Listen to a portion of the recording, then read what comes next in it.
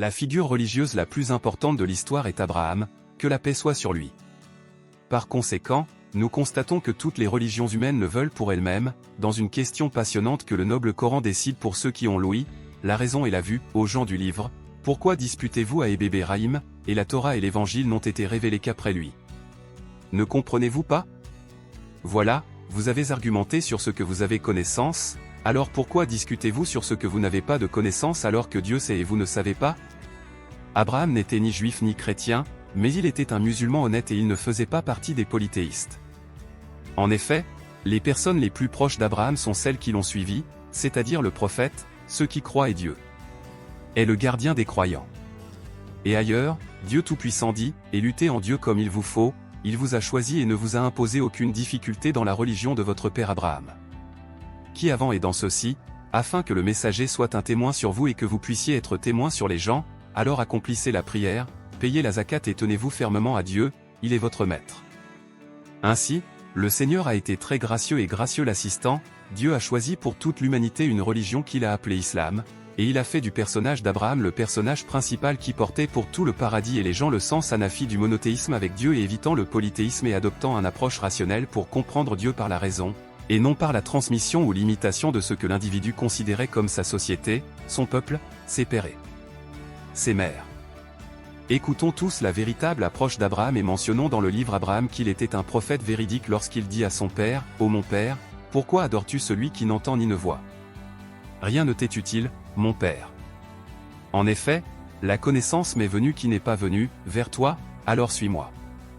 Je te guiderai vers un chemin droit. » Et dans un autre signe, quand Abraham dit à son père « Je veux prendre les idoles des dieux, je te vois, toi et ton peuple, dans une claire illusion, et aussi. » Nous voyons Abraham la nuit a vu un cousin, il a dit « Ceci est mon Seigneur, je suis du peuple égaré. » Quand il a vu le soleil se lever, il a dit « Ceci est mon Seigneur, c'est le plus grand. » Il dit « Ô mon peuple, je suis libre de ce que vous associez. » En effet, j'ai tourné ma face vers celui qui a créé les cieux et la terre est un hanif, et je ne fais pas partie des polythéistes.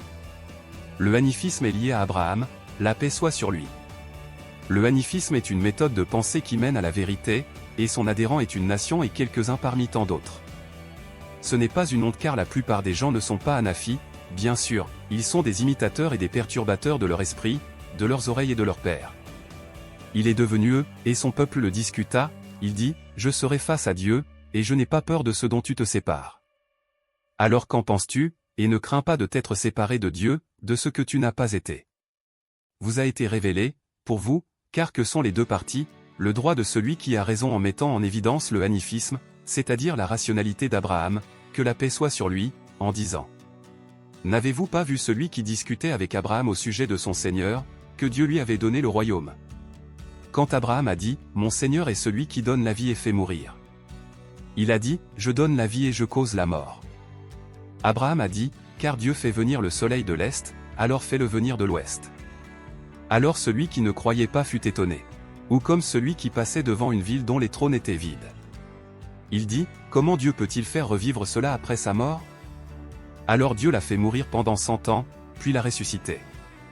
Il a dit, « Combien de temps êtes-vous restés? » Il a dit, « Vous êtes restés un jour ou une partie de jour. » Il a dit, « Vous êtes plutôt restés, depuis 100 ans. Regarde donc ta nourriture. Ta boisson n'est pas gâtée, mais regarde ton âne, et nous ferons de toi un signe aux gens. Et regardez les os, comment nous les aiguisons et ensuite les recouvrons de chair. » Quand cela devint clair pour lui, il dit, « Je sais que Dieu est puissant sur toutes choses. » L'essentiel est que le grand Créateur nous enseigne, par l'intermédiaire de son ami Abraham, que la paix soit sur lui, comment penser et réfléchir et comment parvenir à des vérités avec raison et logique, et non par imitation et suivi. Par conséquent, il est obligatoire pour chacun d'adhérer à sa religion et à sa méthode afin d'être à l'abri de l'égarement et des tourments.